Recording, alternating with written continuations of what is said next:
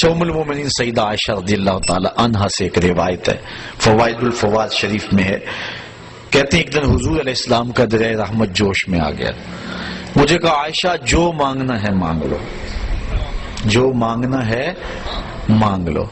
میں نے عرض کی حضور اگر اجازت ہو تو اپنے باپ سے مشورہ نہ کر لوں؟ دریائے رحمت جوش میں ہے اور کہا جو مانگنا ہے مانگ لو، موقع بڑا اہم ہاتھ میں آیا ہے، تو اگر آپ اجازت دیں تو اپنے والد حضرت ابو بکر صدیق سے مشورہ نہ کر لوں؟ کہا جاؤ ان سے پوچھ لو۔ حاضر ہوئی دریائے رحمت جوش میں، محبوب نے فرمایا کہ عائشہ جو مانگنا ہے مانگ لو، مجھے بتایا جائے کہ میں حضور سے کیا مانگوں۔ فرمایا عائشہ حضور سے عرض کرنا کہ معراج کی قربت خاص میں اللہ نے آپ سے کوئی راز کی باتیں کی تھی، تو ان باتوں میں سے کوئی ایک بات بتا دیں۔ مانگا بھی تو علم مانگا اور کہا عائشہ سنو، میرے سے وعدہ کرو جو حضور بتائیں مجھے بھی آ کے بتانا۔ کہا ٹھیک۔ حاضر ہوئی، حضور نے فرمایا عائشہ مشورہ ہو گیا؟ جی حضور ہو گیا۔ کہا بتاؤ پھر کیا مانگتی ہو؟ کہا حضور معراج کی قربت خاص میں جب آپ گئے تھے تو اللہ نے آپ سے کوئی کلام فرمایا تھا؟ کہا جی۔ تو حضرت عائشہ رضی اللہ تعالیٰ نے عرض کی حضور پھر ان باتوں میں سے ایک بات مجھے بتا دیں۔ حضور مسکرا پڑے، اس بات پہ بھی مسکرائے ہوں گے کہ میرے یار غار کا انتخاب کیسا ہے، اور اس بات پہ بھی مسکرائے ہوں گے کہ اگر راز کی بات بتا دوں پھر راز راز تو نہ رہا، لیکن خود ہی پہلے وعدہ کیا تھا جو مانگو گے دوں گا۔ تو حضرت عائشہ نے عرض کی حضور مجھے ان باتوں میں سے ایک بات بتا دیں۔ تو حضور فرمایا عائشہ سنو پھر، جب میں قربت خاص میں پہنچا میرے رب نے مجھ سے جو خاص باتیں کی ان میں سے ایک بات یہ کی، اے محبوب آپ کی امت میں سے اگر کوئی شخص کسی شخص کا ٹوٹا ہوا دل جوڑ دے گا میرے اوپر لازم میں بغیر حساب کے جنت عطا کروں گا۔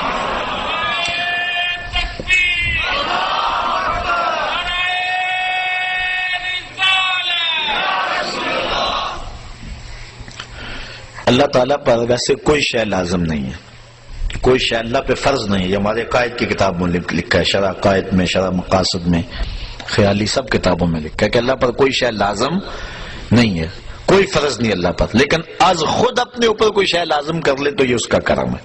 تو کہا یہ بات میں اپنے اوپر فرض کر لی ہے، لازم کر لی ہے کہ جو شخص کسی شخص کا ٹوٹا ہوا دل جوڑ دے بغیر حساب کے اسے جنت عطا کروں۔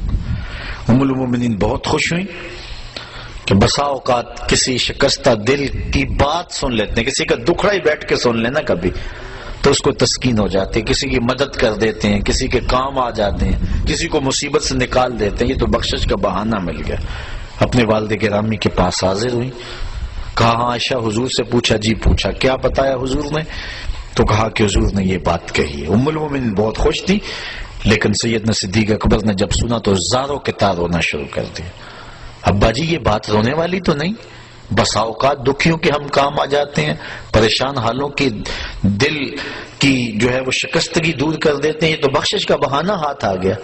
کہا عائشہ اسے معکوس بھی پڑھو، تصویر کا دوسرا رخ بھی دیکھو، اگر کوئی کسی کا ٹوٹا ہوا دل جوڑ دے بغیر حساب کے جنت میں جائے گا، اور اگر کوئی کسی کا دل توڑ بیٹھے تو پھر تو سیدھا جہنم میں جائے گا۔ اس لیے میں ڈرتا ہوں کہ ہم سے کسی کا دل نہ ٹوٹ گیا۔ آج کے معراج النبی کے موضوع پہ ہونے والے اس اجتماع سے یہ درس لے کر گھروں میں پلٹنا، ہو سکے تو کسی کا دل جوڑ دینا، لیکن کسی کے دل کی شکستگی کا سامان نہ بننا۔ میرے اور آپ کے آقا و مولا نے تو یہاں تک احتیاط فرمائی، فرمایا اپنے گوشت کی خوشبو سے ہمسائے کو تکلیف نہ دو، یا تو تھوڑا سا پانی زیادہ ڈال لو اور شوربے کی پیالی غریب ہمسائے کے گھر بھی بھیج دو، اور اگر یہ نہیں کر سکتے تو ایسے زاویے اور ایسے وقت میں کھانا پکاؤ جب ہمسائے کے بچے سو چکے ہوں۔ چونکہ بچے اٹھ کے ضد کر بیٹھے اور ماں باپ سے انہوں نے مطالبہ کر لیا، غریب ماں باپ استطاعت نہیں رکھتے، تو بتاؤ ان بچوں کے دکھ کا علاج کس کے پاس ہوگا؟ وہ کیا کسی نے کہا نا، دوپہر کو سلا دیتی ہے بچوں کو وہ اس ڈر سے گلی میں پھر کھلونے بیچنے والا نہ آ جائے۔